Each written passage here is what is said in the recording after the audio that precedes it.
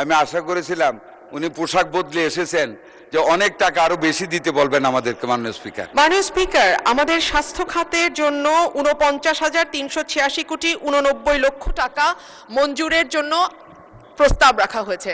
মাননীয় স্পিকার, আমাদের স্বাস্থ্য খাতে বিশেষ করে সরকারি হাসপাতালগুলোতে যেরকম সেবা রোগীদের পাওয়ার কথা তার আশপাশের সেবা তারা পায় না।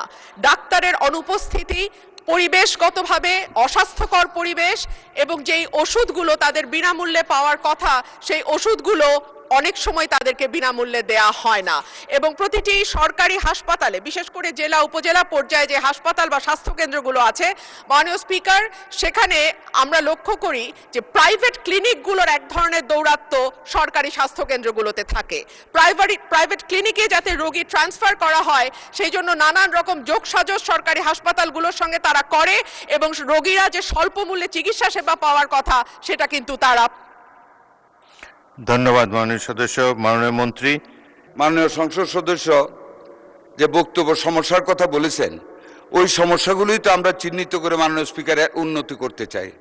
আর উন্নতি করতে হলে 1টি টাকা মাননীয় স্পিকার তো ফকিরের ভিক্ষা।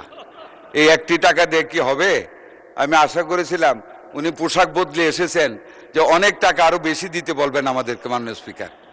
যাই হোক মাননীয় স্পিকার, স্বাস্থ্য খাতে আমরা বহুবিধ পদক্ষেপ গ্রহণ করেছি। প্রত্যেকটা উপজেলা লেভেলে হাসপাতাল 50 থেকে 100 শয্যা করা হবে, 1 লক্ষ কর্মী নিয়োগ করা হবে, কিডনি অ্যানালাইসিস সহ অনেকগুলি খাতে উন্নয়ন করা হবে, অনেক টাকার প্রয়োজন। কাজে সেই দিক বিবেচনা রেখে মাননীয় স্পিকার, সেই দিক বিবেচনা রেখে ছাঁটাই প্রস্তাবকে গ্রহণ করতে পারছি না বিদায় আমার মঞ্জুরিটাকে এখানে মঞ্জুর করার জন্য আপনাকে সবিনয় অনুরোধ জ্ঞাপন করছি। ধন্যবাদ মাননীয় স্পিকার। সংসদের সামনে প্রশ্ন হচ্ছে, মাননীয় সদস্য রুমিন ফারহানা কর্তৃক উত্থাপিত ছাঁটাই প্রস্তাবটি গ্রহণ করা হোক। যারা এই প্রস্তাবের পক্ষে আছেন তারা হ্যাঁ বলুন, যারা এই প্রস্তাবের বিপক্ষে আছেন তারা না বলুন।